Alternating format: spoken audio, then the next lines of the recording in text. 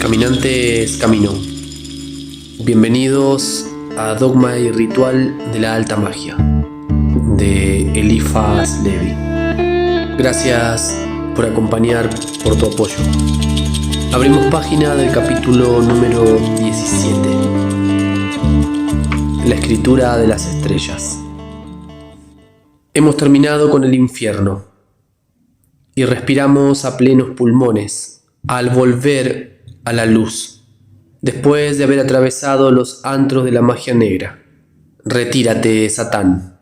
Renunciamos a ti, a tus pompas, a tus obras, y mucho más todavía a tus fealdades, a tus miserias, a tu nada, a tus mentiras. El gran iniciador te ha visto caer del cielo como fulminado por un rayo.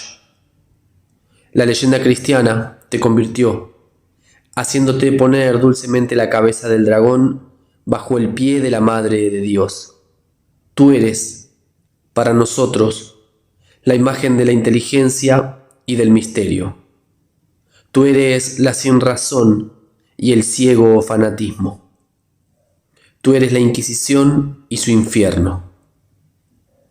Tú eres el Dios de Torquemada y de Alejandro VI. Tú te has convertido en juguete de nuestros hijos y tu último lugar está fijado al lado de Polichinela. Tú no eres ya nada más que un personaje grotesco de nuestros teatros foráneos y un motivo de exhibición en algunas tiendas tenidas por religiosas.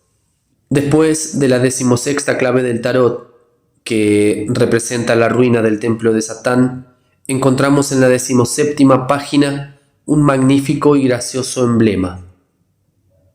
Una mujer desnuda, una joven inmortal, esparce sobre la tierra la savia de la vida universal, que sale de dos vasos, uno de oro y otro de plata.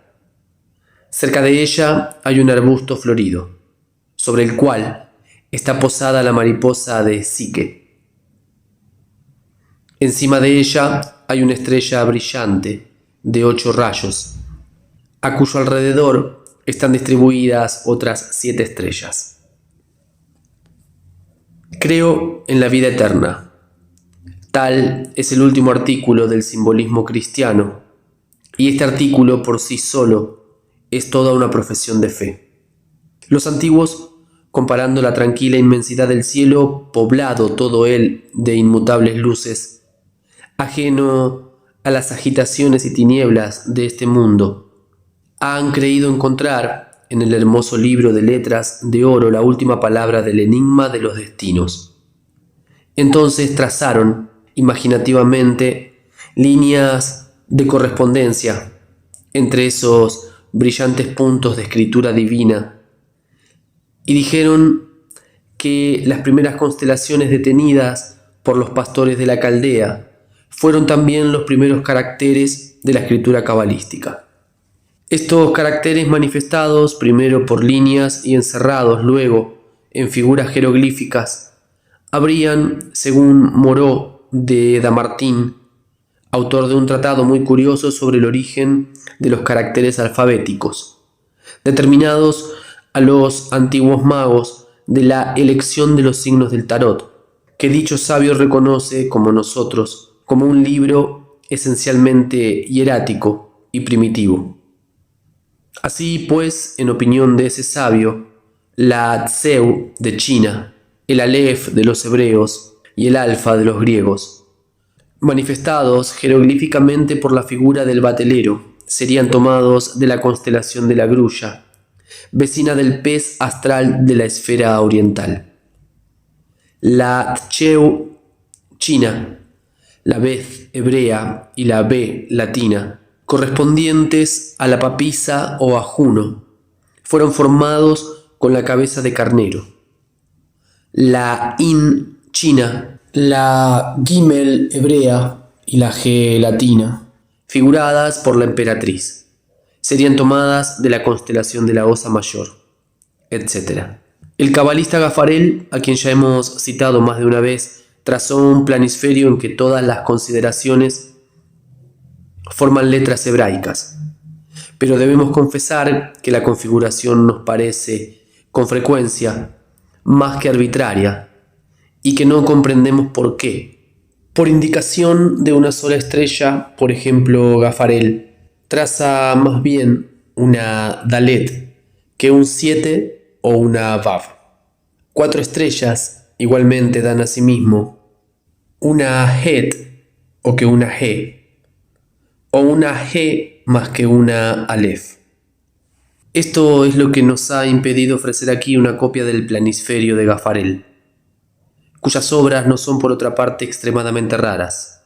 Ese planisferio ha sido reproducido en la obra del P. Montfaucon, que trata de las religiones y supersticiones del mundo, y de la cual se encuentra igualmente una copia en la obra sobre magia publicada por el místico Eckhart Chausen. Por otra parte, los sabios no están de acuerdo acerca de la configuración de las letras del alfabeto primitivo. El tarot italiano, del que es de aplaudir que los tipos góticos se hayan conservado, se refiere por la disposición de sus figuras al alfabeto hebreo, que ha estado en uso después de la cautividad, y al que se llama alfabeto asirio. Pero existen fragmentos de otros tarots, anteriores a este, en que la disposición no es ya la misma. Como no es posible aventurar nada en materias de erudición, nos atendremos para fijar nuestro juicio de nuevos y más concluyentes descubrimientos. Por lo que respecta al alfabeto de las estrellas, creemos que es facultativo, como la configuración de las nubes, que parece toman todas las formas que nuestra imaginación les presta. Lo propio sucede con los grupos de estrellas, como en los puntos de la geomancia y en el conjunto de cartas en la moderna cartomancia. Es un pretexto para magnetizarse a sí mismo y un instrumento que puede fijar y determinar la intuición natural. Así, un cabalista, habituado a los jeroglíficos místicos, verá en las estrellas signos que no descubrirá un simple pastor, pero éste, por su parte, encontrará allí combinaciones que escaparán tal vez al cabalista. Las gentes del campo ven un rastrillo en la espada y la cintura de Orión. Un cabalista hebreo vería en el mismo Orión considerado en conjunto todos los misterios de Ezequiel, las 10 sefirot dispuestas en ternario, un triángulo central formado por 4 estrellas, después una línea de 3, formando el Yod, y las 2 figuras juntas manifestando todos los misterios del Bereshit. Luego 4 estrellas formando las ruedas de Merkabah y completando el carro divino. Mirando de otra manera y disponiendo de otras líneas ideales, se verá una Gimel perfectamente formada y colocada debajo de una Yod, en una gran Dalet invertida, figura que representa la lucha del bien y del mal con el triunfo definitivo del bien. En efecto, la Gimel, fundada sobre la Yod, es el ternario producido por la unidad. Es la manifestación divina del verbo, mientras que la Dalet invertida es el cuaternario compuesto del mal binario, multiplicado por sí mismo. La figura de Orión, así considerada, sería pues idéntica a la del ángel Miguel, luchando contra el dragón, y la aparición de este signo, presentándose bajo esta forma, sería para el cabalista un presagio de victoria y de dicha. Una larga contemplación del cielo exalta la imaginación. Las estrellas entonces responden a nuestros pensamientos. Las líneas trazadas mentalmente de la una a la otra por los primeros contempladores han debido dar a los hombres las primeras ideas de la geometría. Según nuestra alma se halle agitada o tranquila, las estrellas parecen rutilantes de amenazas o centellantes de esperanzas. El cielo es también el espejo del alma humana. Y cuando creemos leer en los astros, es en nosotros mismos en donde leemos. Gafarel, aplicando a los destinos de los imperios los presagios de la escritura celeste, dice que los antiguos no han figurado vanamente en la parte septentrional del cielo, todos los signos del mal augurio, y que así en todos los tiempos las calamidades han sido consideradas como procedentes del norte, para repartirse sobre la tierra, invadiendo el mediodía. Es por esto, dice, por lo que los antiguos han figurado esas partes septentrionales del cielo como una serpiente o dragón muy cerca de las dos osas, puesto que esos animales son los verdaderos jeroglíficos de tiranía y de toda clase de opresión. Y efectivamente, recorred los anales y veréis que todas las más grandes desolaciones que han ocurrido han procedido del lado de Septentrión. Los asirios o caldeos, animados por Nabucodonosor y Salmanasar, han dejado ver esta verdad con la destrucción de un templo y una ciudad, los más suntuosos y santos del universo, y con la completa ruina de un pueblo del que el mismo Dios había tomado la singular protección y del que se decía particularmente el Padre. Y la otra Jerusalén, la feliz Roma, no han experimentado con frecuencia las furias de esta malvada raza del Septentrión, cuando por la crueldad de Alarico, Genserico, Atila y demás príncipes godos, hunos, vándalos y alanos, vio sus altares derribados y las cimas de sus soberbios edificios igualadas al nivel de los cardos. Pues bien, en los secretos de esta escritura celeste se leen por el lado de Septentrión las desdichas y los infortunios, puesto que a Septentrionen pandetur omne malum. Pues el verbo que nosotros traducimos por pandetur significa también depingetur o seribetur, y la profecía significa igualmente: todas las desdichas del mundo están escritas en el cielo del lado del norte. Hemos transcrito este pasaje de Gafarel, porque no deja de tener actualidad en nuestra época, en que el norte parece amenazar nuevamente a toda Europa. Nota del autor. Los caracteres mágicos desde Aries hasta Virgo se ven a la mano derecha seguido de su sigilo astrológico. Los de Libra hasta Piscis se encuentran en la izquierda y aparecen boca abajo. Estos caracteres son trazados en el aire con la varita cuando se evoca a la aparición visible, a alguna de las entidades que aparecen en la tabla astrológica más arriba. Final de la nota. Como es también el destino de las escarchas, ser vencidas por el sol, del mismo modo que las tinieblas se disipan por sí solas a la llegada de la luz. He aquí para nosotros la última palabra de la profecía y el secreto del porvenir.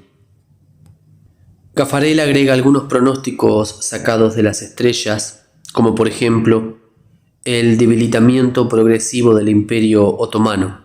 Pero como ya hemos dicho, sus figuras de letras consteladas son bastante arbitrarias. Por demás, declara haber tomado estas predicciones de un cabalista hebreo llamado Rabí Shomer, que no se jacta de haberlas comprendido del todo. He aquí el cuadro de los caracteres mágicos que fueron trazados por los antiguos astrólogos, según las constelaciones zodiacales. Cada uno de esos caracteres representa el nombre de un genio, bueno o malo. Sabido es que los signos del zodíaco se refieren a diversas influencias celestes, y por consecuencia expresan una alternativa anual de bien o de mal. Los nombres de los genios designados por esos caracteres son: para Aries, Sataharán y Sarayel; para Tauro, Baudai y Araciel; para Géminis, Sauras y Saralel; para Cáncer, Rajumil y Paquiel; para Leo, Sagam y Saratiel; para Virgo, Yadara y Schaltiel; para Libra, Grasgarben y Adaquiel; para Escorpio, Riol y Saisayel; para Sagitario, Vnori y Saritayel; para Capricornio, Sagdalon y Semaquiel; Para Acuario, Archer y Sacmaquiel. Para Piscis, Rasamasa y Vacabiel. El sabio que quiere leer en el cielo debe observar también los días de la luna, cuya influencia es muy grande en astrología. La luna atrae y repele sucesivamente el fluido magnético de la Tierra, siendo así como produce el flujo y reflujo del mar. Es preciso conocer bien las fases y saber discernir de ellas los días y las horas. La nueva luna es favorable para el comienzo de todas las obras mágicas, desde el primer cuarto hasta la luna llena. Su influencia es cálida. De la luna llena al último cuarto es seca. Del último cuarto hasta el fin es fría. He aquí ahora los caracteres especiales de todos los días de la luna marcados por las 22 claves del tarot y por los signos de los 7 planetas. 1. El batelero o el mago. El primer día de la luna es el de la creación de la luna misma. Este día está consagrado a las iniciativas del espíritu y debe ser propicio a las innovaciones felices. 2. La papisa o la ciencia oculta. El segundo día, cuyo genio es Enediel, fue el quinto de la creación, puesto que la luna fue hecha el cuarto día. Los pájaros y los peces que fueron creados ese día son los jeroglíficos vivientes de las analogías mágicas y del sodio universal de Hermes. El agua y el aire, que fueron entonces llamados las formas del verbo, son las figuras elementales del mercurio, es decir, de la inteligencia y de la palabra. Este día es propicio para revelaciones, las iniciaciones y los grandes descubrimientos de la ciencia. 3. La Madre Celeste o la Emperatriz. El tercer día fue el de la creación del hombre. También la luna en Cábala es llamada Madre, cuando se le presenta acompañada del número 3. Este día es favorable para la generación y generalmente para todas las producciones, sea del cuerpo, sea del espíritu. 4. El emperador o el dominador. El cuarto día es funesto. Fue el nacimiento de Caín, pero es favorable para las empresas injustas y tiránicas. 5. El papa o el hierofante. El quinto es dichoso. Fue el del nacimiento de Abel. 6. El enamorado o la libertad. El sexto es un día de orgullo.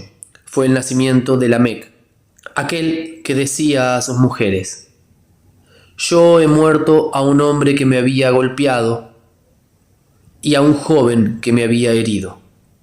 Maldito sea quien pretenda castigarme. Este día es propicio para las conjuraciones y revueltas. 7. La carreta.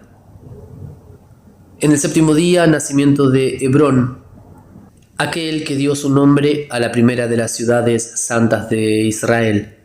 Día de religión, de plegarias y de éxitos. 8. La justicia. Asesinato de Abel.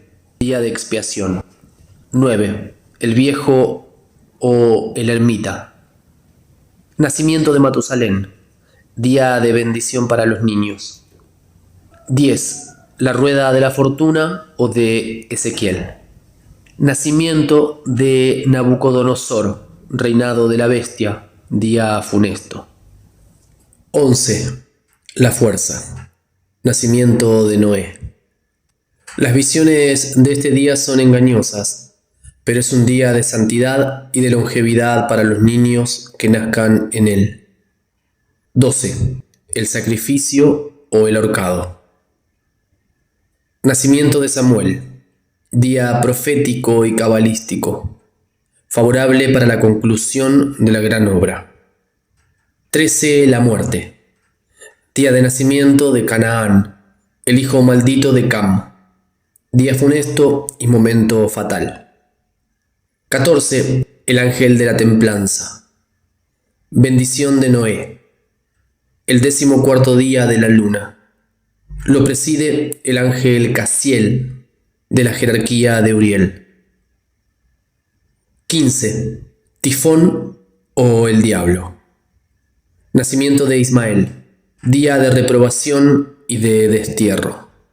16. La torre fulminada, día del nacimiento de Jacob y de Esaú, y de la predestinación de Jacob por la ruina de Esaú.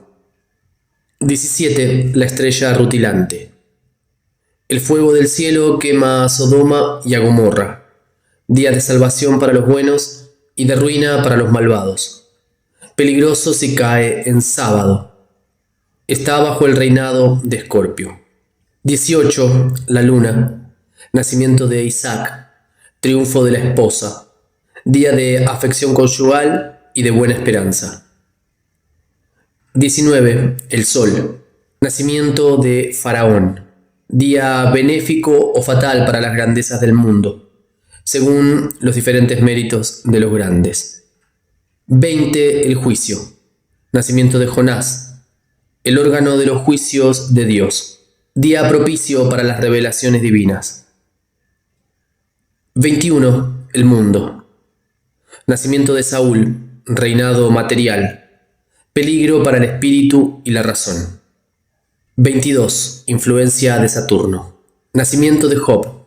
Día de prueba y de dolor. 23. Influencia de Venus. Nacimiento de Benjamín. Día de preferencia y de ternura. 24. Influencia de Júpiter. Nacimiento de Jafet. 25. Influencia de Mercurio. 10ª plaga de Egipto. 26. Influencia de Marte. Liberación de los israelitas y paso del Mar Rojo. 27. Influencia de Diana o de Hécate. Victoria resonante alcanzada por Judas Macabeo. 28. Influencia del Sol. Sansón levanta las puertas de Gaza. Día de fuerza y de liberación. 29. El loco del tarot. Día de abortos y de fracasos en todas las cosas. Por este cuadro rabínico que Jean Belot y otros han tomado de los cabalistas hebreos, puede verse que estos antiguos maestros deducían, a posteriori, los hechos de las influencias presumibles, lo que es completamente lógico en las ciencias ocultas. Se ve también cuán diversas significaciones están encerradas en esas 22 claves que forman el alfabeto universal del tarot, y la verdad de nuestras aserciones cuando pretendemos que todos los secretos de la cábala y de la magia, todos los misterios del antiguo mundo, ciencia de los patriarcas, todas las tradiciones históricas, aún las de los primitivos, están encerradas en ese libro jeroglífico de Tot, de Enoch o de Carmo. Un medio muy sencillo de encontrar los horóscopos celestes por onomancia es el que vamos a indicar. Reconcilia a Gafarel con nosotros y puede dar resultados asombrosos de exactitud y profundidad.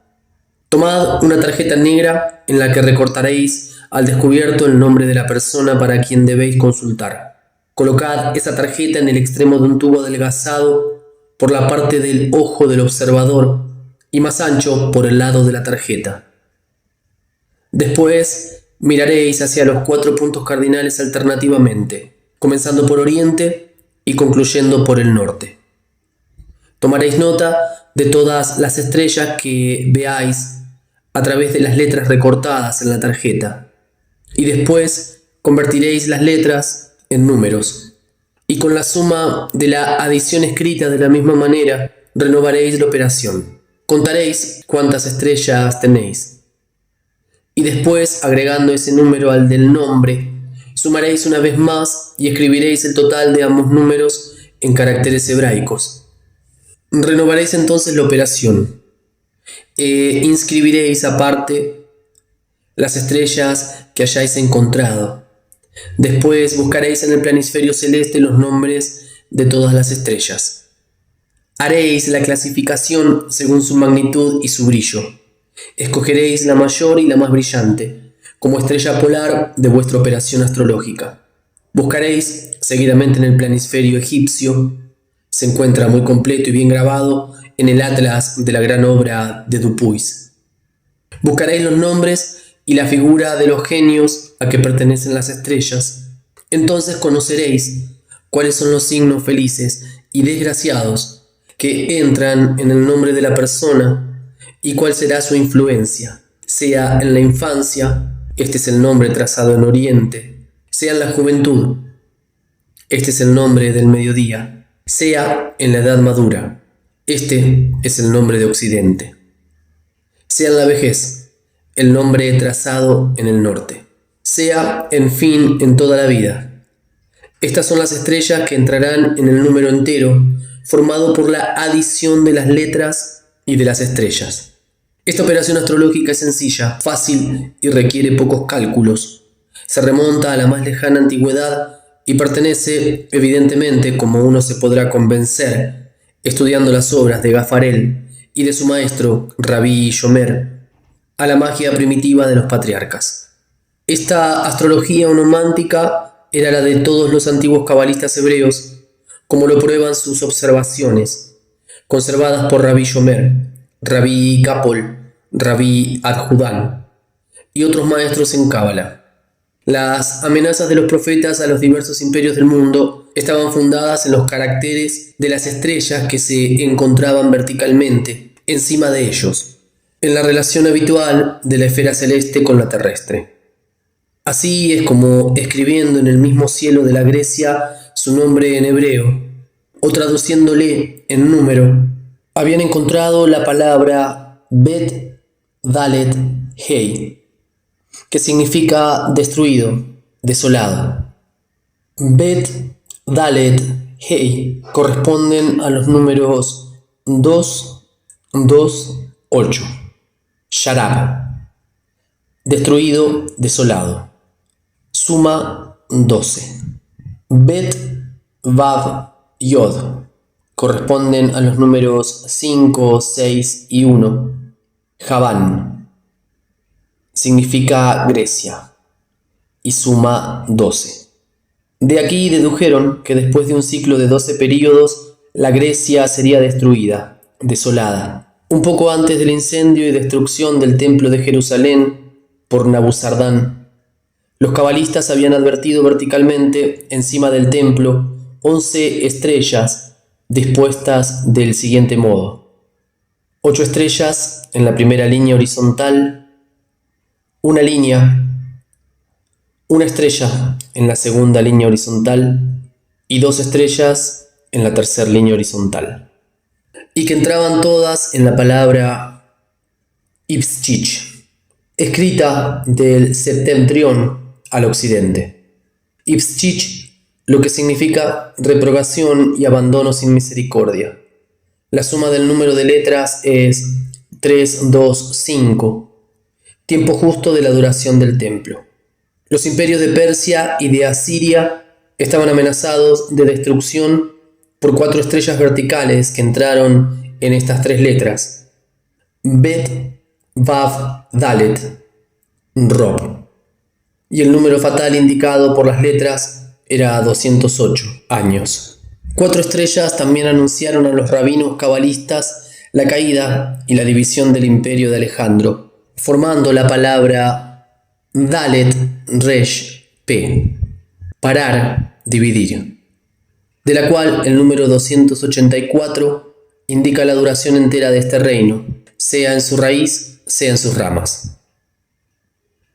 Según Rabí Shomer, los destinos del poder otomano en Constantinopla estaban fijados por anticipado y anunciados por 4 estrellas, que, almeadas en la palabra Ka, significan estar débil, enfermo, marchar a su fin.